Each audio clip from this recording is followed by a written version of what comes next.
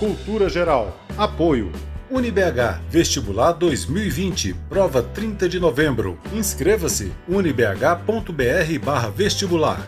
Caixa de Assistência OAB Nova Lima, caminho seguro para os advogados de Minas Gerais. Instituto dos Advogados de Minas Gerais, mais de 100 anos produzindo conhecimento, igualdade, fraternidade e liberdade.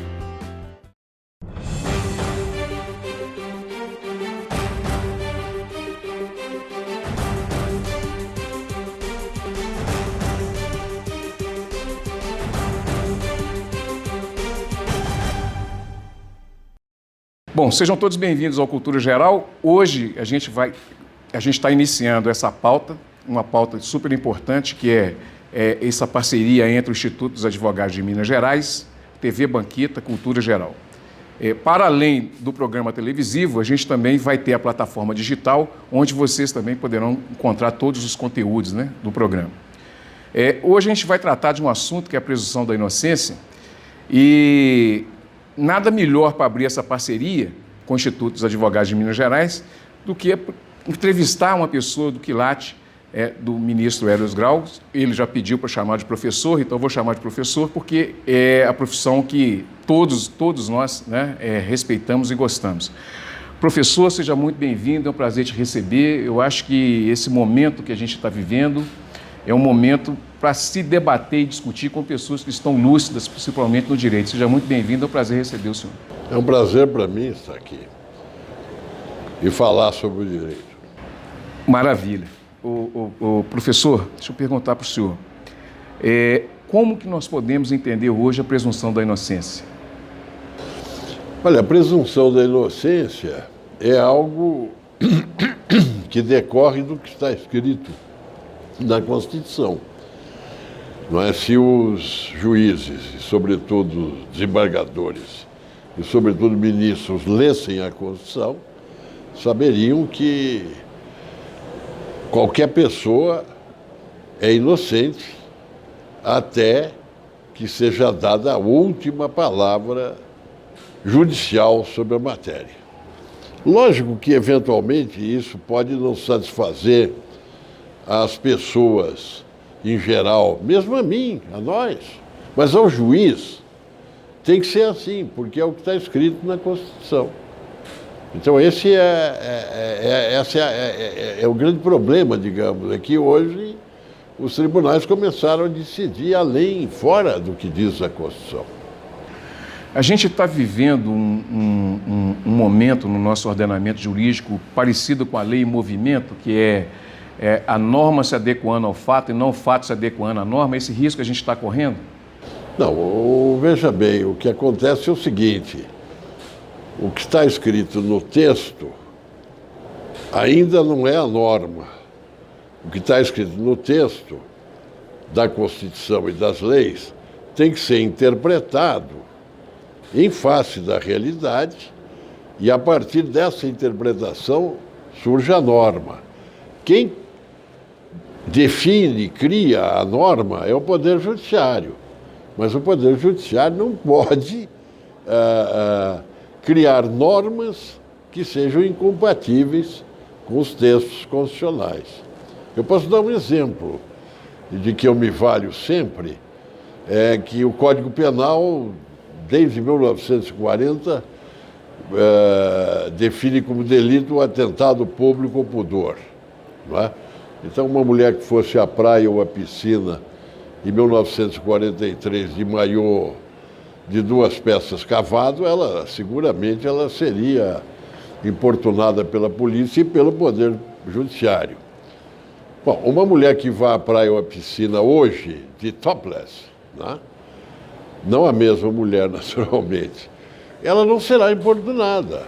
Por quê? Porque a realidade tem que ser considerada, quando os juízes tiram as normas que estão contidas nos textos. Agora, isso é possível quando for necessário. E só será necessário quando possível. No que respeita à prisão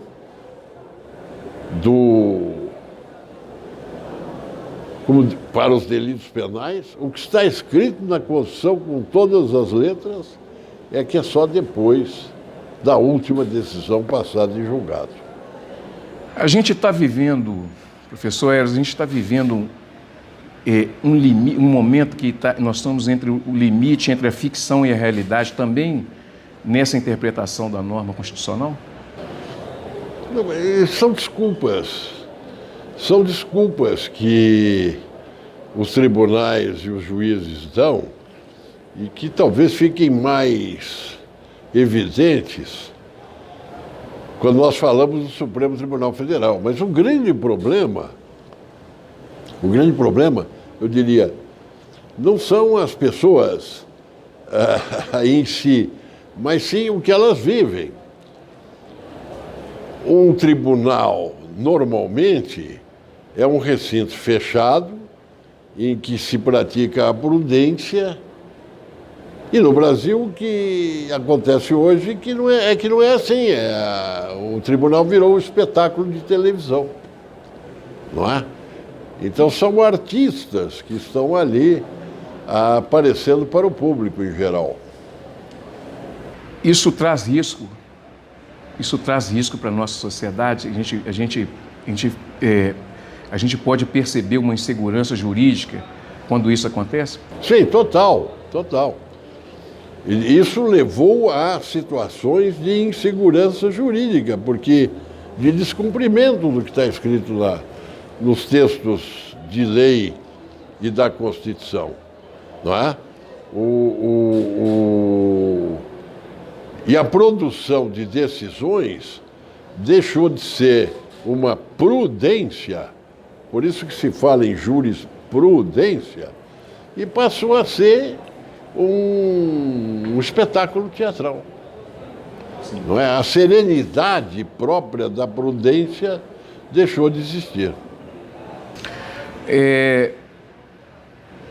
Passou a ser natural também, nesses entendimentos, professor, a antecipação da pena, a execução provisória da pena? Não, o que a Constituição permite e o direito positivo admite é que em determinadas circunstâncias haja a detenção, não é? A detenção de um criminoso para que ele não fique a instalar a insegurança entre nós. Isso é uma coisa. Essa prisão preventiva para prevenir determinados comportamentos, ela é admitida, ela está lá compatível com o que diz a Constituição. Mas o que não pode ser antecipado, porque agride o artigo 5º da Constituição, é o cumprimento da pena. Esse cumprimento da pena, eu estou falando agora como se eu fosse ainda um juiz. Não o que eu gostaria como cidadão. É o que está escrito na Constituição. Só depois de passado em julgada a última decisão. Isso é o que está escrito lá. Professor, é um desafio para essa juventude que está entrando para o direito agora, que tem a pretensão de entrar para o direito, que quer entrar, que quer desenvolver através do campo jurídico. É um desafio entender todo esse contexto com uma sociedade tão corrida como a nossa está? É um desafio mais fácil de ser enfrentado, porque existem noções básicas, preliminares, indispensáveis à compreensão do fenômeno jurídico, e basta que isso seja compreendido. A lei é feita para ser cumprida, a Constituição é feita para ser cumprida. Perdão. É o que está escrito lá, o texto que deve ser transformado em norma. Não está autorizado o comportamento que há uns anos se chamava de alternativo, quando se falou naquela história do direito alternativo. Então, a coisa é razoavelmente simples, não é? Os médicos cumprem a função de médico. Então, os engenheiros, a função de engenheiro. Os advogados, a função de advogado. Eles não podem ir além, não é? Daquilo que é próprio ao exercício de suas funções. Assim os juízes. Onde é que se encontram os limites? Nos textos normativos, na Constituição e nas leis. Professor, nós vivemos num mundo dinâmico, a sociedade muda de opinião a todo momento. A Constituição de 88 ainda é atual o suficiente para lidar com toda essa modernidade, com toda essa dinamicidade dessa sociedade que a gente tem vivido? Olha, ela tem mais de 100 emendas. Essas 100 emendas são uma tentativa do poder constituinte praticado pelo Congresso Nacional de atualizar a Constituição. Então, se não atualizou, é uma lástima. É uma lástima. Mas é isso que se tentou fazer. Aliás, o número de emendas constitucionais no Brasil é simplesmente espantoso, não é? E se considerar a Constituição alemã, a Constituição francesa, a gente vê que as pessoas lá, membros do poder constituinte, são mais serenas e prudentes. Professor, a gente está vivendo um mal-estar democrático, o senhor vê assim? É complicado. Você diz no Brasil ou no mundo inteiro? No mundo inteiro, a gente puxa para a América Latina também, com todos esses movimentos. E no Brasil, como a gente vive aqui, a gente sente isso com mais intensidade, né?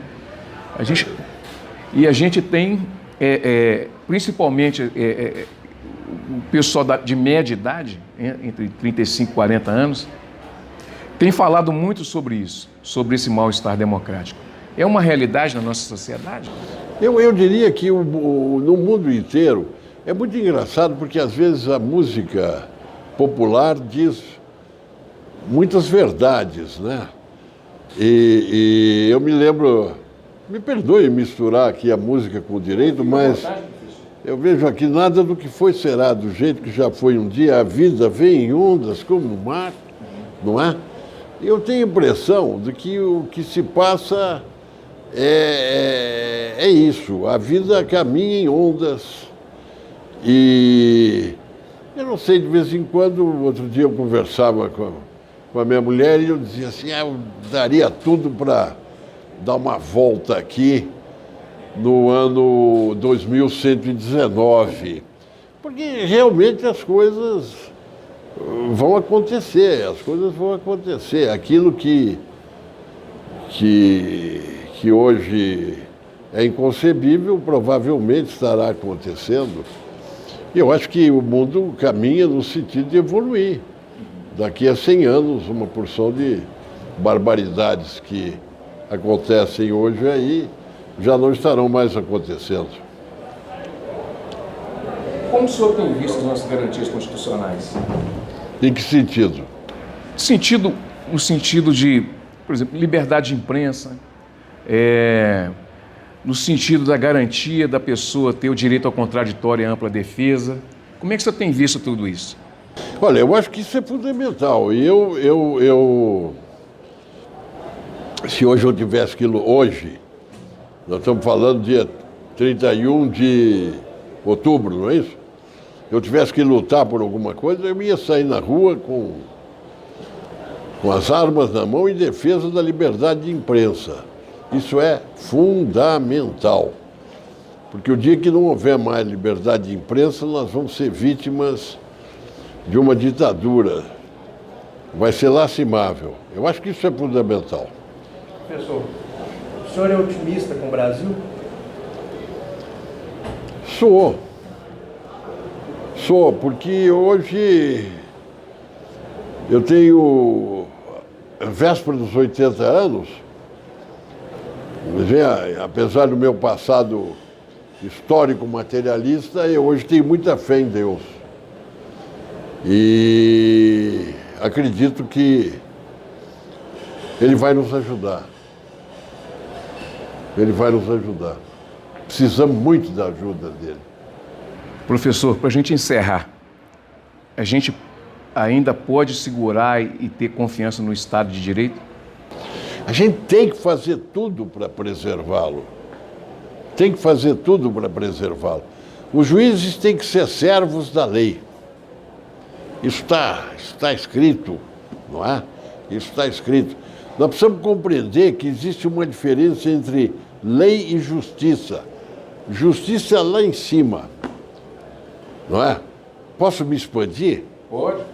O camarada Deus lá em cima, vai fazer e nos dar justiça. Aliás, isso está escrito no profeta Isaías. Procurem lá no Velho Testamento, que ele diz: um dia a lei habitará no deserto e a justiça florescerá no céu. Rapaz, isso está no Antigo Testamento, não é? De modo que basta isso. Isso me dá uma certa serenidade.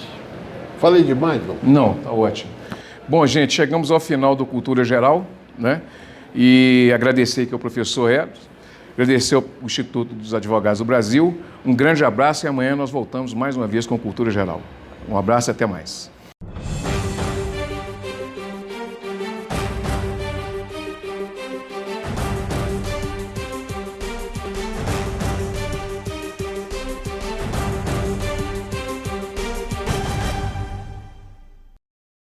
Cultura Geral. Apoio. UniBH Vestibular 2020, prova 30 de novembro. Inscreva-se unibh.br/vestibular. Caixa de Assistência OAB Nova Lima, caminho seguro para os advogados de Minas Gerais. Instituto dos Advogados de Minas Gerais, mais de 100 anos produzindo conhecimento, igualdade, fraternidade e liberdade.